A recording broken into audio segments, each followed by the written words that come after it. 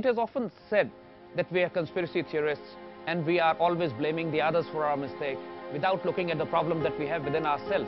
We definitely and totally acknowledge the faults and the mistakes within our political, judicial and economic model and our social disorder that we are facing. But we also know that if Pakistan is left alone, we can manage our problems. But the involvement of foreign forces is so extensive into Pakistan because of our geopolitics, because of our physical location, because of our ideology, because of being an only Muslim nuclear state. The Russians, the Chinese, the Indians, the Israelis, the Arabs, the Iranians, Americans, every axis is so heavily involved into our politics. They actually fund groups in political parties. They fund religious groups on ground. The separatist and insurgent movements that are being run in Pakistan are getting the support from Afghanistan. To say that all this problem is our homegrown and we can manage, we should be able to blaming ourselves for it, it would be rather naive and simplistic. When they say, the more you believe, especially coming from the Western media, when they say the more you believe in conspiracies, the lesser you believe in facts, giving the perception that the Western media is giving the facts and anybody exposing their lies and deceptions is a conspiracy theorist. And the fact that people listen to us is simply because Pakistani people have been lied to for the last 60 years.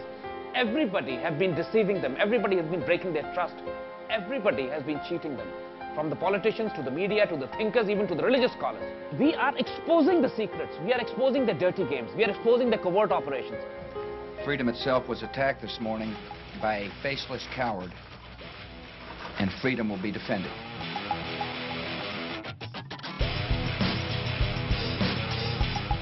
"9/11 has been the most debated issue globally. The media talks about Twin Towers falling down, and nobody talks about a third World Trade Center building, World WTC-7 also being brought down in a controlled demolition the next day.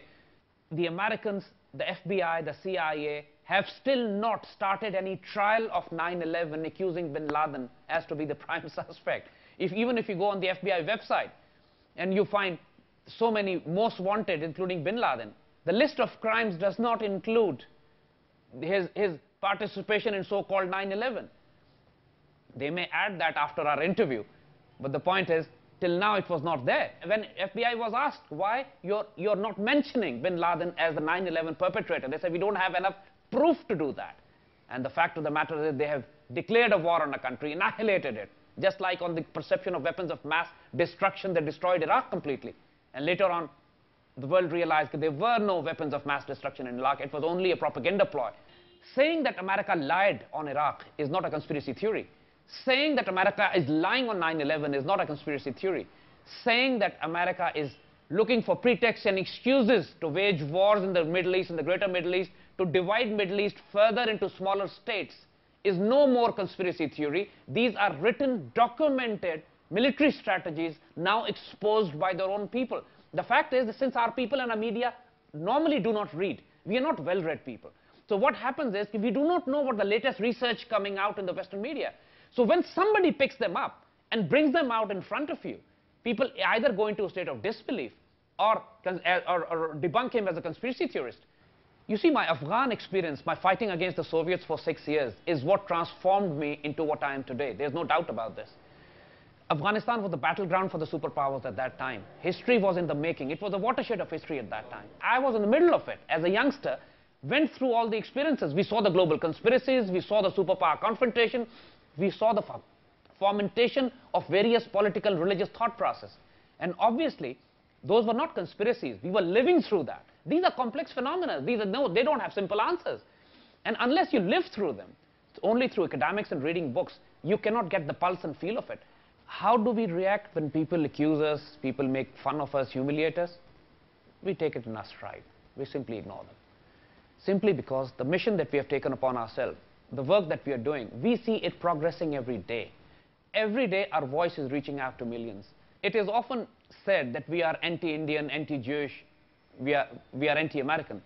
Nothing can be further from truth. We are against the political ideology and doctrines of those states. Speaking against the neocon evangelical Christian Zionist foreign policy is not anti-Americanism.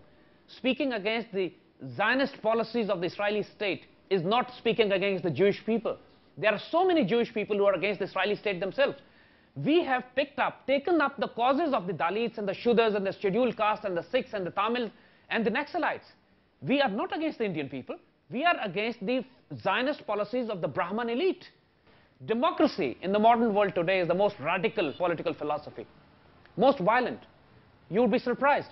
But the fact of the matter is that since Second World War, post-Second World War, the democratic countries have killed over 100 million people in various wars, fought globally all over the world. The winless wars, the pharmaceutical mafia, the drug mafia, the way they control the food supply, the way they're subsidizing the food crops and creating the genetically modified crops and destroying the civilization, agriculture and food chains of the poorer countries in Africa and rest of the world, the way they're controlling the retroviral drugs and letting millions die through AIDS. We are talking about the examples shown by the so-called democratic states today. Let's go back into history and see when Islam was a political force, how did they behave? In Andalusia, in Spain, Islam ruled for 800 years. The most tolerant, most brilliant, most innovative, progressive, dynamic, scientific civilization humanity has ever seen for 800 years in Spain. In the modern age, as we have said, people have stopped reading. People have started watching. They're watching more television.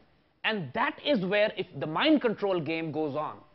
Because that's where the perception management, that's where the images, that's where the shuffling of signs and symbols and images actually start to program your collective psyche.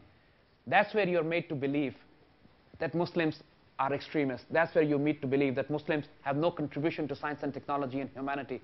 This is where you're made to believe that if a Muslim political thought process comes, it would only mean cutting hands and beating people with sticks. But no reference is made to the most glorious and brilliant civilizations which showed the light to humanity for hundreds of years. To say that Islamic civilization is the best as for a Muslim, for me, yes, it would be a statement to make. But addressing to non-Muslims, I would tell them, invite them to come and do a comparative analysis. Open your mind, study. See how the civilization was. Let's not close your minds. Because what is happening is that even for the Western world, for non-Muslim world, a massive gross injustice is being done to them because they are not being given the option to compare. Even if the Jews come with such a system, I'll be more than happy to accept it. If Hindus come with such a system, I'll be more than happy to accept it. We are needed. These lone voices are required. We are never too many. At least it proves one point, that we are hitting them where it hurts most. And we love our job.